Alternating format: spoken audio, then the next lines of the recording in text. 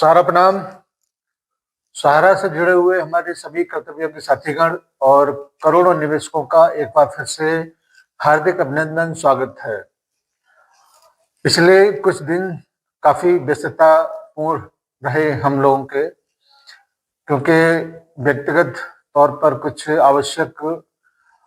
कार्यों की वजह से अति व्यस्तता थी। इसकी वजह से आपके बीच जो हम लोग निरंतर अपनी बातों को रखते आ रहे थे, उसमें कुछ रुकावट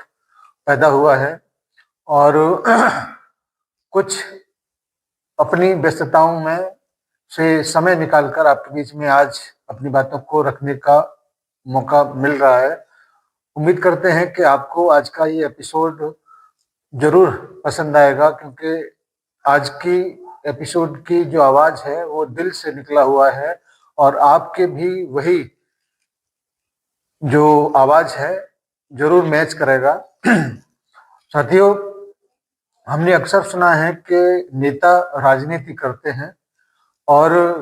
उस राजनीति में वो अपना पराया कुछ भी नहीं देखते, केवल अपने ही फायदे की बात सोचते हैं। और ये बहुत पुरानी बात है, कोई नई बात इसमें नहीं है। लेकिन कोर्ट राजनीति करेगा, सुप्रीम कोर्ट राजनीति करेगा, ये शायद अपने आप में एक अबूझ पहेली है, जिसका शायद ही किसी के पास आंसर हो, उत्तर हो। क्योंकि अगर सुप्रीम कोर्ट या कोई भी कोर्ट किसी अभियुक्त को या किसी भी व्यक्ति को कोई सम्मन जारी करता है और वह व्यक्ति उस सम्मन पर तय समय के अनुसार उपस्थिति नहीं कर पाता है या दे पाता है, तो निश्चित रूप से कोर्ट अपनी अवमानना इसको समझता है और तुरंत कोई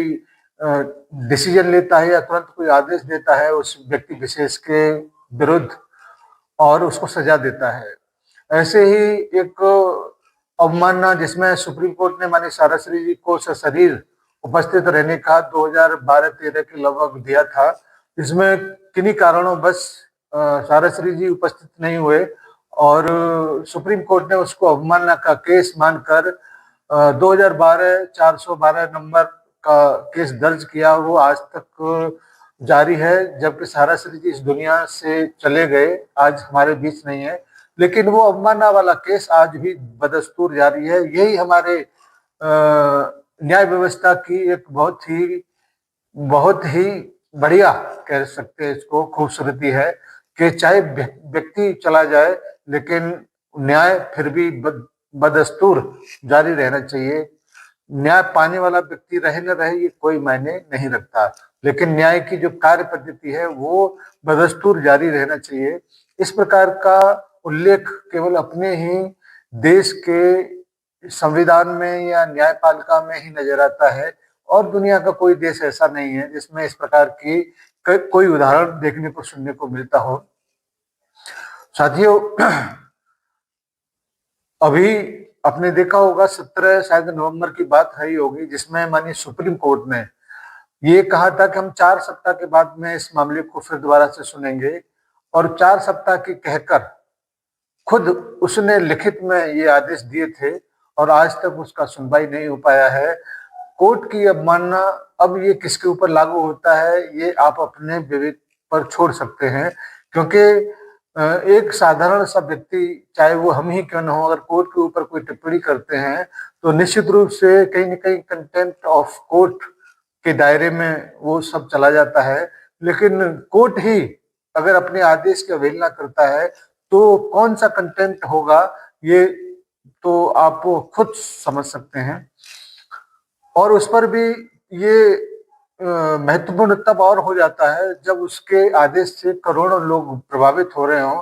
करोड़ों निवेशक हों, चाहे वो लाखों कार्यकर्ता हों। एक तक जब सुप्रीम कोर्ट की तरफ देखते हैं और वहां से जब सन्नाटा नजर आता है तो उनके दिल पर, उनके जीवन पर क्या गुजरता होगा, इसको एहसास करने के लिए शायद ऊपर वाले को नीचे आना पड़ेगा, तभी वो एहसास कर सकता है। क्योंकि नीचे वाला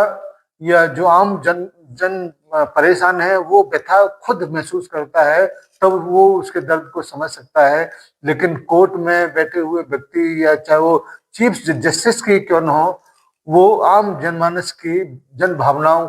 का जो दर्द है उसको महसूस नहीं कर पाते, तो निश्चित रूप से ये हमारी न्याय व्यवस्था की बहुत बड़ी हार है। क्योंकि हम लोग सहारियन पिछले कई सालों से अपने जो एक धैर्य है, जो एक सहने की जो क्षमता है, उसको हम लोग आजमाते चले आ रहे हैं कि अब थोड़ा सा धैर्य रखिए, अब थोड़ा सा धैर्य रखिए। लेकिन ये धैर्य रखते रखते हम सब पत्थर के हो गए हैं। हमारे सोचने समझने की जो एक क्षमता है वो भी एक शून्य में परिवर्तित हो चुकी है। इसी वजह से हम खुद ये नहीं सोच पाते कि अब हमको आगे क्या करना है। क्योंकि बात जब लाखों लोगों की हो, बात जब करोड़ों लोगों की हो, जब सर्वोच्च अदालतें भी उसको नजरअंदाज करती हैं, तो हम एक तुच्छ से छोटे से किसी कस्बे, किसी मोहल्ले में बैठे हुए एक छोटे से अदने से कार्यकर्ता सहारा का वो इस बात को कैसे समझ पाएगा या इस बात को कैसे समझा पाएगा कि कौन कितना परेशान है। साथियों,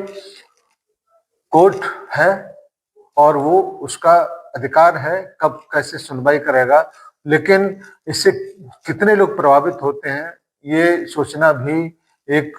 मानवता के नाते बहुत सारे जिम्मेदार लोगों का ये कर्तव्य बनता है कि वो खुद सोचें कि कितने लोग इससे प्रभावित हैं और कैसे इनको राहत दिया जा सकता है। क्योंकि राहत के नाम पर पोर्टल का जो एक विकल्प जो दिया था, उस समय लगा कि एक बहुत बड़ा विकल्प सहारा के भुगतान को लेकर पोर्टल पर है, लेकिन पोर्टल पर जब भुगतान कराने के लिए ये सारी व्यवस्थाओं को दिया जा रहा था, तो तमाम एजेंसियां पोर्टल में अवरोध बनकर सहारा के कार्यालयों को बंद कराने में जुटी थी। और आज ये हो गया है, आज हम लोग यहाँ तक पहुंच चुके हैं कि जिन समस्याओं को, जिन पोर्टल पर आई डिफिशियंसियों को दूर करने का जो एक छोटा मोटा सा एक विकल्प सहारा के कार्यकर्ताओं के पास था, उसके बदौलत हम 8-7-8 हज़ार करोड़ रुपए के लगभग का भुगतान करा चुके थे या उसको कराने में हमने सहयोग किया। आज वो पूरी तरह से ध्वस्त हो चुका है, क्योंकि जो व्यवस्थाएं थी, सर्वर बंद करा दिया, मुख्यालय बंद करा दिया, उसको दूसरी जगह पे शिफ्ट कराने में भी बहुत सारा वक्त लग रहा है। और निश्चित रूप से इस बात को मान लिया जाता है कि अगर सहयोग की भावना अगर सरकारी तंत्रों में होती तो शायद ये विवाद ही उत्पन्न नहीं होता। मगर सरकारी तंत्र में बैठे हुए अधिकारियों को ये लगता है कि समस्या तो समाप्त होगी नहीं, समस्या के मूल कारण को ही खत्म कर दें तो शायद हार थक के सब लोग बैठ जाएंगे। इस प्रकार की सोच से ये लोग आगे बढ़े हैं अब तक, पर उनको ये पता नहीं है कि सहारनीय परिवार के करोड़ों निवेशक शांत नहीं बैठेंगे और करोड़ों निवेशकों के साथ उनके जो सिपह सालार लाखों कार्यकर्ता हैं वो भी शांत नहीं बैठेंगे। केवल और केवल सुप्रीम कोर्ट के आदेश के इंतजार करते हुए भी ही इतना समय गुजारा है, लेकिन अगर सुप्रीम कोर्ट ढीला हवाली करते हुए इसको और ज्यादा लंबा खींचेगा तो निश्चित रूप से लाखों लोगों के धैर्य जवाब देंगे और कोई भी ऐसा कदम उठाने पर मजबूर हो जाएंगे जो वो दिल से तो नहीं चाहते। साथियों,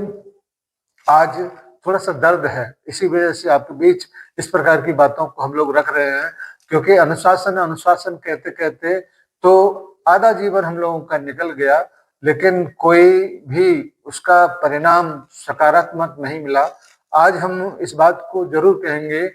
कि शायद अब एक्शन लेने की बारी है, अब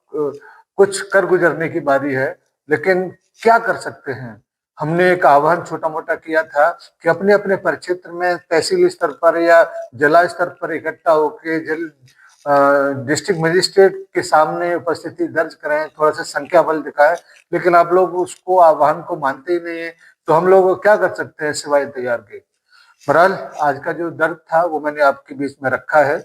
उम्मीद करते हैं कि आप लोग हमारी इन बातों को अपने जमाकर्ताओं तक, अपने कार्यकर्ताओं तक अवश्य पहुंचाएंगे, क्योंकि सत्य को हर जगह सबको बताना भी एक बहुत बड़ी जिम्मेदारी होती है। धन्यवाद सभी को आज के छोटे से वीडियो के लिए। सभी साथियों को सादर सारा प्रणाम, निवेशक साथियों से सादर नमस्कार। जय हिंद, सादर सारा प्रणाम।